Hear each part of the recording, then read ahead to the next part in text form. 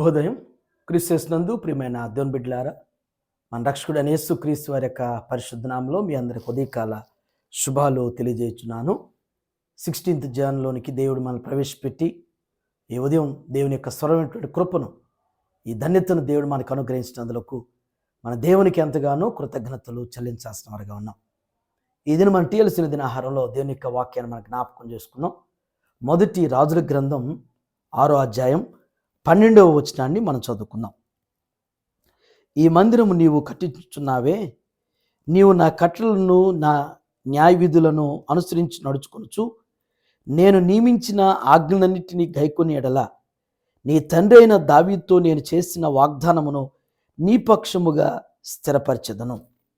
దేవుని బిడ్డలారా, ఈ భాగం మనందరికీ కూడా సుపరిచితమైనటువంటి సందర్భం భాగము. మరి దావీదు దేవాలయం కట్టాలని ఆశించినటువంటి రీతిగా ఆ దేవాలయం కట్టడానికి సమస్తాన్ని కూడా సమకూర్చినటువంటి ఇవన్నీ కూడా లేఖనంలో మనకు తెలిసినవి. అయితే దేవుడు దావీదుని నువ్వు కట్టొద్దు, నీ కుమారుడైనటువంటి సొలొమోను ద్వారా నేను దేవాలయం కట్టించుకుంటానని చెప్పాడు. సొలొమోను దేవాలయం కట్టడం జరిగింది. దేవాలయ ప్రతిష్ఠ జరిగిన తర్వాత దేవుడు సొలొమోనుతో జ్ఞాపకం చేస్తున్నటువంటి ఈ సందేశమే ఈ ఉదయం మన జ్ఞాపకం చేసుకోబోతుంది. ఆనాడు జ్ఞానటువంటి సొలొమోను చెప్పింది నేడు విశ్వాసులు మనందరికి కూడా జ్ఞాపకం చేస్తున్నటువంటివి. ఈ వచనంలో 2 తలంపులు ఉన్నాయి. మొదటి తలంపు ఏంటంటే, నేను నియమించిన ఆజ్ఞలన్నిటినీ గైకొనిన ఎడల అని అంటున్నాడు. దేవుడు నియమించినటువంటి ఆజ్ఞలు ఉన్నాయి. ఆజ్ఞలు భారమైనవి కాదు, కష్టమైనవి కాదు, మనం అనుసరించలేనివి కాదు, మన స్థాయికి శక్తికి మించినటువంటి ఆజ్ఞలు కాదవి. ఫర్ ఎగ్జాంపుల్ మనం గమనిస్తే మన బిడ్డల యొక్క స్థితి మనకు తెలుసు. వారి మీద ఎంత బరువు మోపగలుగుతామో, ఎంత పని వారికి చెప్పగలుగుతామో, ఎంత పని వారు చేయగలుగుతారో తల్లిదండ్రులుగా మనకు తెలుసు.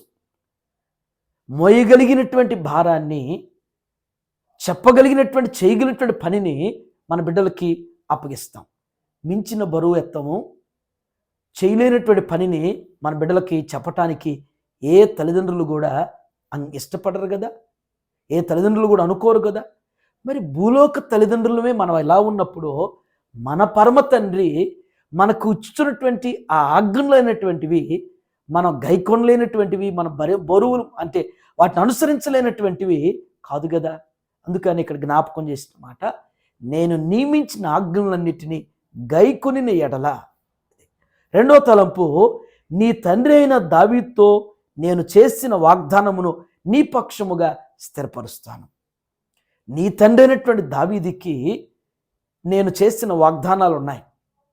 ఆ వాగ్దానాలన్నిటిని కూడా నీ పక్షాన స్థిరపరుస్తాను. దాన్ని బిడ్డలారా, మన దేవుడు నమ్మదగినటువంటి వారు. దేవుడు అందరిని సమాన దృష్టిలో సమదృక్పథంలో చూసేటువంటి దేవుడు మన దేవుడు. కాబట్టే దేవుడు అబ్రహాము, ఇస్సాకు, యాకోబులతో ఏ విధంగా నిబంధన చేశాడో, ఏ విధంగా ప్రమాణం చేశారో ఆ నిబంధన ప్రమాణాలు దావీదు వరకు నెరవేర్చాడు. దావీదుకు చెప్పినటువంటి దావీదు కుమారుడైనటువంటి సొలొమోను పక్షాన ఆ వాగ్దానాల్ని మరి దేవుడు స్థిరపరుస్తాను, నెరవేరుస్తానని చెప్పాడు. మరి మన జీవితంలో కూడా ఆ విధంగానే మరి మన పట్ల కూడా, మన కుటుంబాల పట్ల, మన బిడ్డల పట్ల కూడా దేవుని యొక్క వాగ్దానాలు నెరవేర్చేవాడు. పక్షపాతి కాదు మన దేవుడు. మన దేవుడు మన పట్ల ఆయన యొక్క మంచితనాన్ని అంతటిని కూడా మన పట్ల కనపరిచేటువంటి దేవుడు మన దేవుడు. అట్టి దేవుణ్ణి మనం కలిగి ఉన్నాం. అలాంటి దేవుని యొక్క ఆజ్ఞలు మన శక్తికి మించినవి కాదు, మన భారానికి మించినవి కాదు, మనం అనుసరించలేనివి కాదు, మన కష్టమైనటువంటివి కాదు. అది మనం చేయగలిగితే, దేవుని యొక్క వాక్యాన్ని మనం అంగీకరించి వాక్యానుసారంగా ముందుకు సాగలిగినప్పుడు ఎన్నో వాగ్దానాలకు మనల్ని వారసులుగా చేయగలిగిన వారు. మన బిడ్డల్ని, మన కుటుంబాలు, మనకున్నటువంటి సమస్తాన్ని కూడా వాగ్దానాలకి మరి వశపరుచుకున్నటువంటి రీతిగా దేవుడు స్థిరపరచగలిగిన వాడు. అట్టి రీతిగా మరి దేవుని యొక్క ఆజ్ఞను అనుసరిస్తూ వాగ్దానాలకు వారసులుగా కాబడేటువంటి రీతిలో పరిశుద్ధాత్ముడు మనల్ని స్థిరపరచునుగాక. ఆమేన్. ఇది మన క్వశ్చన్ ఏంటంటే, ఆయన ఆజ్ఞలను కట్టడలను గైకొన్నటువంటి వారి మీద ఎన్ని తరాల వరకు ఆయన కృప నిలిచి ఉంటుంది. ఆయన ఆజ్ఞలను కట్టడలను అనుసరించి గైకొన్నటువంటి వారి ఎడల ఎన్ని తరాల వరకు ఆయన కృప నిలిచి ఉంటుంది. ఈ ఆన్సర్ని మీరు కామెంట్ బాక్స్లో పోస్ట్ చేయాల్సి మనం చేస్తున్నాను. ఈ దినం జన్మదినం జరుపుకుంటున్న మన సంఘ సభ్యులు మరి మిస్సెస్ ఎలిజబెత్ రాణి గారికి మరి జన్మదిన శుభాకాంక్షలు తెలియజేస్తున్నాను. సామెతలు 9:11 ప్రకారం నా వలన నీకు దీర్ఘాయువు నువ్వు జీవించే సంవత్సరాలు అధికమవుతాను సెలవిచ్చట్లుగా మరి ఎలిజబెత్ బాషా గారికి దేవుడు ఇలాంటి దయాకెట్టలు అనేకం అనుగ్రహిస్తూ మంచి ఆరోగ్యాన్ని ఆయుష్ను వారి ఉద్యోగంలో వారి కుటుంబ జీవితంలో దేవుడు అన్ని విధాలుగా ఆస్వాదించునుగాక. ఆమేన్. నన్నింతగా నీవు ప్రేమించితివో దేవా, ఎందుకు నన్నింతగా నీవు ప్రేమించితివో దేవా, ఎందుకు నన్నింతగా నీవు. అర్థం చేసుకుందాం. పరిశుద్ధుల మహోన్నతుడైన తండ్రి, కృపగల నాయన మీకు వందనాలు ప్రభువా. ఈ ఉదయం నాయన శ్రేష్టమైనటువంటి తలంపుల ద్వారా మాతో మీరు మాట్లాడినందుకు వందనాలు తండ్రి. ఆనాడు ప్రభువా మరి జ్ఞానటువంటి సొలొమోనుకి మీరు సెలవిచ్చట్లుగానే ఆజ్ఞలను నీవు అనుసరించినప్పుడు నీ తండ్రి అయినటువంటి దావీదుకి నేను చేసినటువంటి వాగ్దానాలను స్థిరపరుస్తానని సెలవిచ్చారు. మాట తప్పనటువంటి దేవుడు మీరై ఉన్నారు ప్రభువా. నిరంతరం నిన్న నేడు ఏకరీతిగా ఉన్నటువంటి దైవమా మీకు వందనాలు చెల్లిస్తున్నాం. ఆనాడు మా పితరుల పక్షాన్ని ఏ రీతిగా నా తండ్రి ఆజ్ఞలు గైకొనటం ద్వారా ఆజ్ఞలు అనుసరించడం ద్వారా నాయన మీ వాగ్దానాలకి ఏ విధంగా వారి జీవితాలు స్థిరపరిచారు, వారి కుటుంబాలు స్థిరపరిచారు నా ప్రభువా.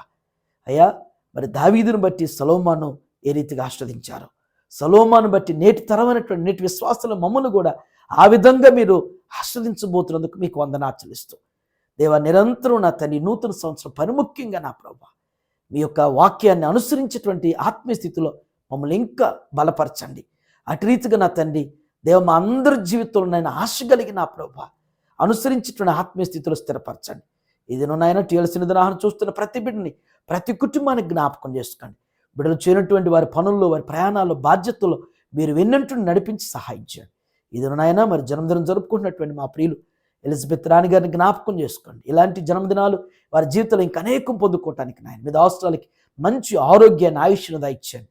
వారి ఉద్యోగంలో వారి బాధ్యతలో సహాయించండి. వారి కుటుంబాన్ని మీరు దీవించండి. కుటుంబం యొక్క ప్రతి అక్కర్లు మీరు తీర్చిన ఆయన మీ కృపలో వారి కుటుంబాన్ని వర్ధిలింప చేయమని యేసు నామములో ఈ ప్రార్థన మీకు సమర్పించున్నాను తండ్రి. ఆమేన్. దేవుడు మీ అందరికీ తోడైండు గాక.